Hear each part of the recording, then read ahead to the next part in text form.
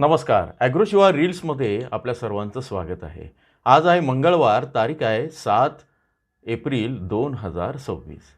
सोमवारच्या तुलनेत म्हणजे कालच्या तुलनेत आज लासलगाव आणि पिंपळगाव या दोन्ही बाजार समित्यांमध्ये सकाळी 7च्या सुमारास जी कांद्याची आवक झाली ती स्थिर आहे. त्यामध्ये फार घट नाही आहे, फार वाढ नाही आहे.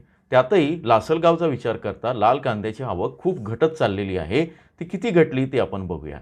सर्वप्रथम दिल्लीमध्ये आझादपूर मंडीमध्ये आज ज्या गाड्या आहेत त्या 30 गाड्यांची आवक झाली आहे आणि एकूण 61 गाड्या तिथे आझादपूरमध्ये आहेत. सुखसागर जे बंगालमधनं जो कांदा आला आहे तो फक्त एक ट्रक तिथे कांदा आला आहे. नाशिकवरनं 8, पुण्यावरनं 28 ट्रक तिथं पोहोचलेले आहे.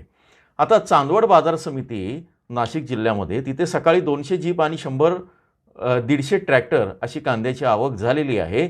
इंदोरमध्ये 25 ते 27 हजार कट्टे इतकी कांद्याची आवक झाली.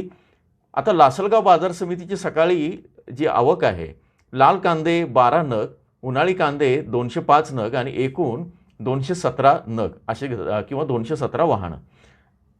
पिंपळगाव बसवंतची जी बाजार समिती आहे जोपूल रोडची, तिथे ट्रॅक्टर 350 उन्हाळी आणि लाल कांद्याचे, पिकअप 100 आणि एकूण आवक आहे 450.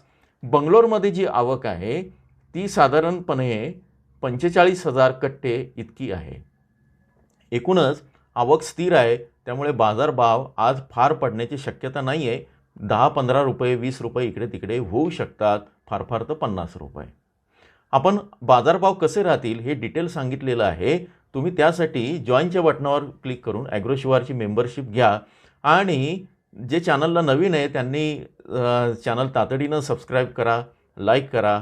तुमच्या प्रतिक्रियांचं स्वागत आहे.